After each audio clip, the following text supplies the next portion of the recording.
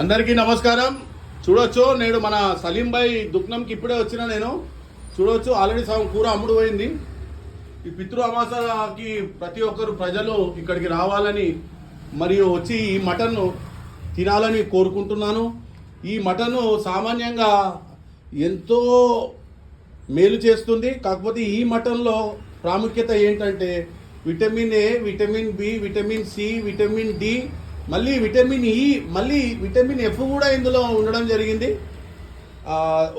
తప్పకుండా ప్రజలు ఇక్కడికి రావాలి.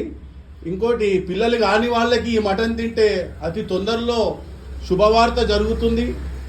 మరియు వాళ్ళందరూ ఇక్కడికి రావాలి, మన సలీం భాయ్ షాప్కి రావాలి. మన సలీం భాయ్ గారిని నేటి ఒక టాపిక్ అడుగుదాము.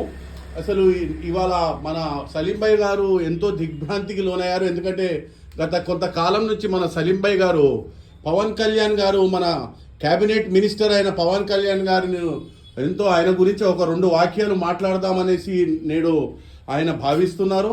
కావున ఆయన అడుగుదాం. నమస్కారం సలీం భాయ్ గారు, ఎలా ఉన్నారు? చెప్పండి.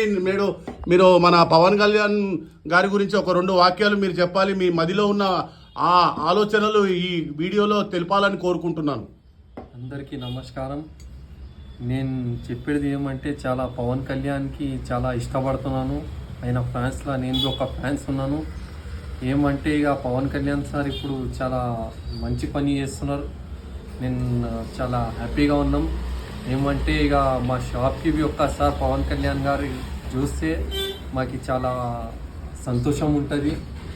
ఏమంటే పవన్ కళ్యాణ్ సార్ అంటే ఇక పవర్ స్టార్ అయినా చాలా మంచి వ్యక్తి, అట్లా అని మేము అనుకుంటాం.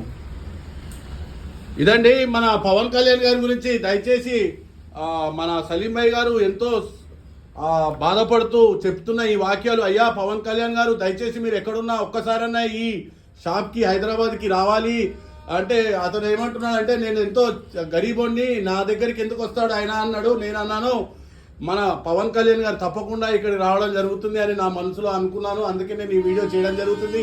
దయచేసి ప్రతి ఒక్కరూ ఈ వీడియోని పవన్ కళ్యాణ్ వారికి షేర్ చేయాలని కోరుకుంటూ, కమ్మటి ముక్కలు వచ్చి తీసుకోవాలి. ఇది సఫిల్గూడ రైల్వే స్టేషన్ ఆపోజిట్లో ఉంటుంది. దయచేసి ప్రజలు రావాలి, వచ్చి ఈ కమ్మటి కూర తీసుకొని వెళ్ళాలని కోరుకుంటూ సెలవు తీసుకుంటున్నాను.